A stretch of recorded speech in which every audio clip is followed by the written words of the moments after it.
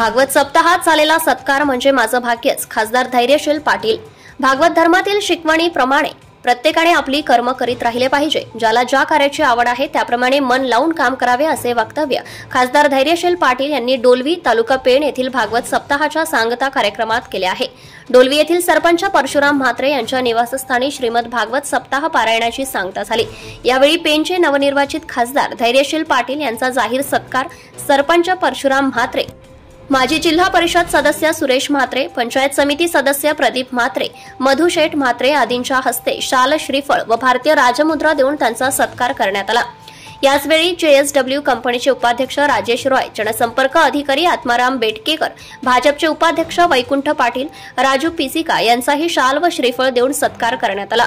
या सत्कार समारंभाप्रसंगी प्रवचनकार पुरुषोत्तम महाराज धाटावकर यांच्यासह धार्मिक क्षेत्रातील शेकडो मान्यवर उपस्थित होते.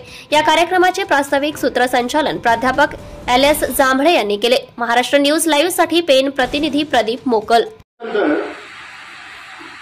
सत्काराचा प्रसंग बऱ्याच वेळा येतो आणि तो साहजिकच असतो, कारण लोकांच्या ते शुभेच्छा असतात.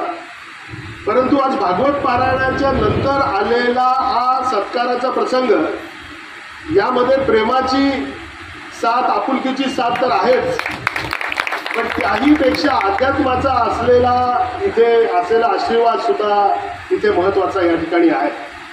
आणि म्हणून धाटावकर महाराजांच्या उपस्थितीमध्ये 4 शब्द या ठिकाणी ऐकता आले. अध्यात्माच्या संदर्भामध्ये राजकीय पुढाऱ्यांचं अध्यात्माशी नातं जरी असलं तरी ते उघडकीस येतच असं नाही, किंवा ते नाहीच असं लोकांना बऱ्याच वेळा पक्का समजच त्यांचा त्या ठिकाणी असतो. पण निश्चितपणानं माणूस किती मोठा झाला आणि किती छोटा झाला तर निसर्गाच्या नियमाच्या पलीकडे त्याला काही जाता येत नाही. आणि देवानं आणि निसर्गानं दिलेल्या मर्यादा, या मर्यादा त्याच्या आयुष्यभराकरता त्याला असलेल्या सीमारेषा या ठिकाणी असतात.